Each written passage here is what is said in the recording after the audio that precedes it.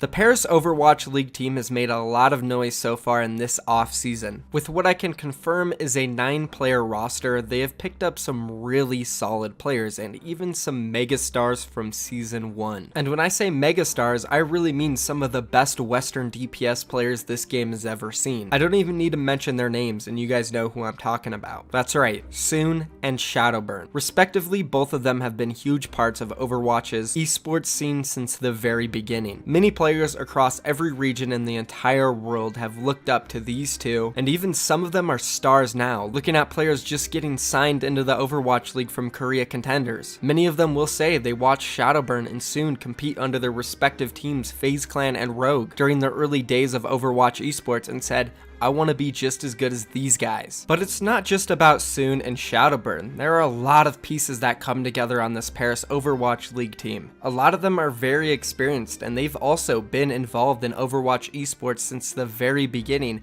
competing and beating players like Soon and Shadowbyrne throughout their careers. And even in some cases, some players on this roster have played together on previous teams with Soon and Shadowbyrne. Unfortunately, most of them did not get the opportunity to compete in Season 1 like Shadowbyrne or Soon. A lot of them paved their way through Blizzard's path to pro, going from contenders all the way to the Overwatch League, which is definitely a grind in its own, and anybody who goes through that definitely earned their spot in the league. And quite frankly, you could look at a lot of these players on the Paris roster and ask, why were they not in Season 1? We truly do have a star-studded lineup. Starting off with the 3 DPS players, we have Soon, formerly of Los Angeles Valiant, Shadowbyrne, formerly of the Philadelphia Fusion, and lastly we have Danye, formerly of the Copenhagen Flames. And all 3 of these guys bring absolute disgusting DPS play with them. Moving on to their off tanks, we have Finzi, formerly of the Los Angeles Valiant and 123. Extremely flexible, can even touch DPS if needed.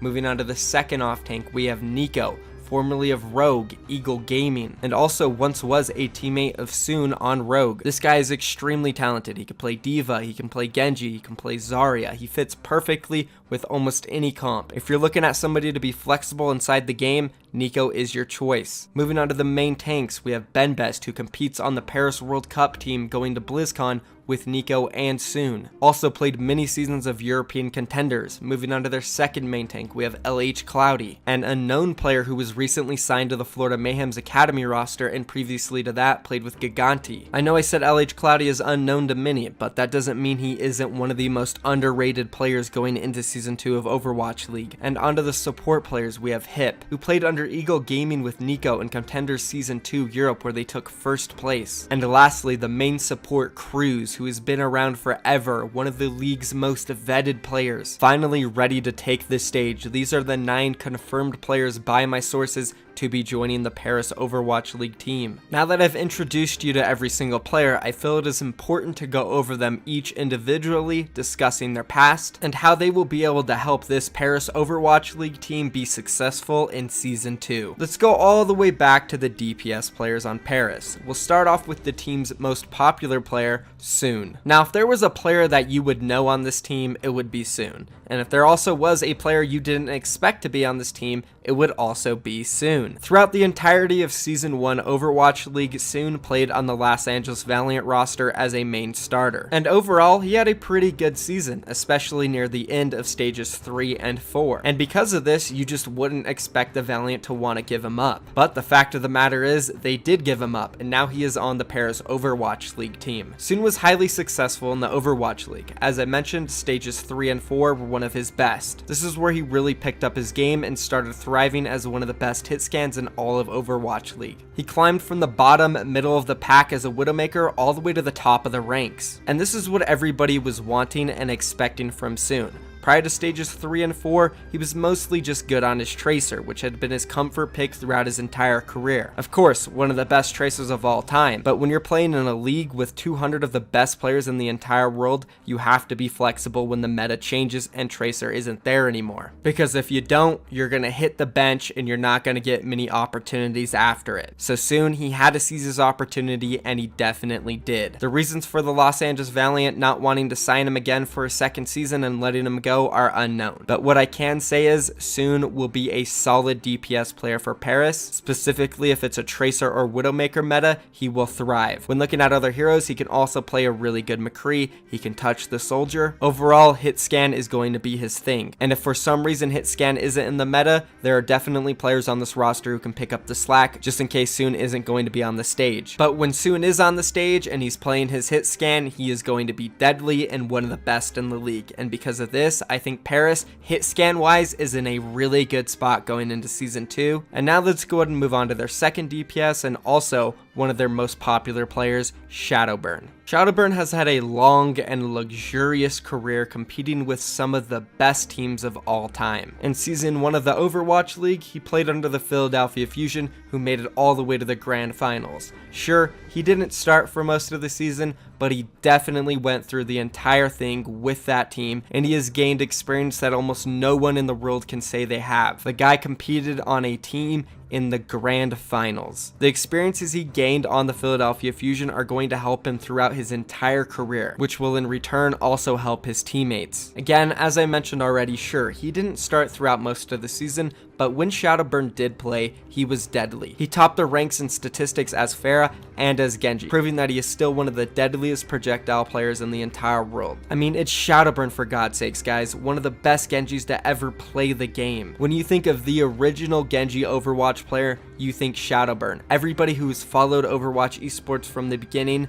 knows this. Not only does he have an Overwatch League Grand Finals appearance, he also has Overwatch Contenders Finals appearances, Overwatch World Cup Finals appearances, other Overwatch LAN event finals appearances. He has competed in the biggest events, and because of this, again, the experience factor for Byrne and Soon is going to have a huge effect on this team. Sure, Paris might be in their first season of the Overwatch League, but the veterans they have on their team will make it seem like they've been there before. Some may have said after Byrne was benched for EQO, he might have lost his way. But I completely disagree. After seeing his performance at the South Korean World Cup qualifier with Russia, he proved himself with ease, not only performing at a high level on the Genji and Pharah again, but this time on Sombra, Widowmaker, Hanzo, Brigitte. Since we've seen him as a starter, he has added so many different heroes to his pool, and it seems like while he was on the bench, he was refining his hero pool and working very hard. Because of this, I think he will be one of the deadliest DPS players, not only on projectile, but also on other off heroes.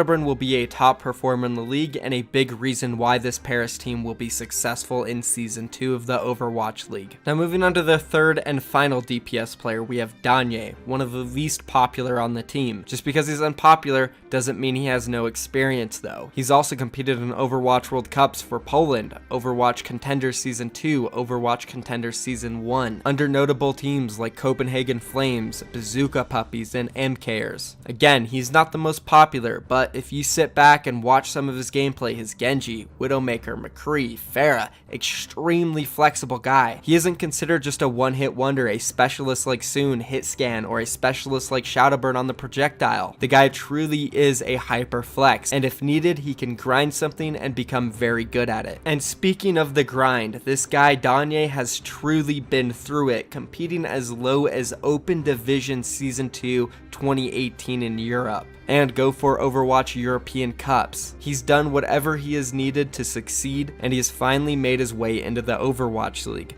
Danye is a player to watch, and I wouldn't expect him to sit on the bench the entire season. When needed, he will be called up, he will relieve Soon or Byrne, and he will perform. And now let's move on to the off tanks of this Paris team, where again, there is no shortage of experience. We'll start off with Nico, who can also be considered a heavy flex, thriving on that diva or even Genji. Looking at the roster though, I would consider him more of a off tank. He is also competing on the Paris Overwatch World Cup roster with Soon, where they are set to compete in BlizzCon. So again, another player with World Cup experience. Also, Season 2 of Overwatch Contenders 2018 Europe. Eagle Gaming, he took first place in a 4-1 victory over Angry Titans. And Nico is what Soon considers to be the crucial piece of Eagle Gaming and the Paris World Cup team, where he just perfectly brings together the GOAT comp. The Paris Overwatch World Cup team isn't the only experience he has with Soon though. Prior to the Overwatch League, he competed with Rogue alongside Soon, one of the most successful teams of Overwatch history. Together, this team absolutely dominated the North American scene, picking up multiple first place finishes in premier North American tournaments like Alienware Monthly Melees, Overwatch Rumbles, Overwatch Takeovers, and many more, defeating teams like Envious, Selfless, Team Liquid, United, who were all the best at the time. NiKo might not have Overwatch League experience, but combining all his previous experience, I would say he is definitely Overwatch League ready and will definitely be a player that adapts to the league quickly. So because of this, I think NiKo will also be a crucial player to this Paris team and will be a big factor to their success going into Season 2. Moving on to their next off-tank, we have Finzi, who actually competed with Soon on the Los Angeles Valiant during Season 1 of the Overwatch League. And now we're at a total of 3 players with Season 1 experience, and also another player who has experience competing with another player on this roster. Finzi might not have gotten starting time over Space, but one thing to note is when you're playing under Space as an off-tank, you're going to learn so much, because Space is probably the best Western off-tank in the league, up there with Note, and just in general, a top 4 off-tank in the league in my opinion. And if you want to talk about statistics on D.Va, Space definitely topped the ranks in that regard. And because of this, Finzi also has an amazing experience like Shadowburn, competing with one of the top teams in the Overwatch League Season 1. Finzi could be the starting off-tank of this roster, he could be a sub.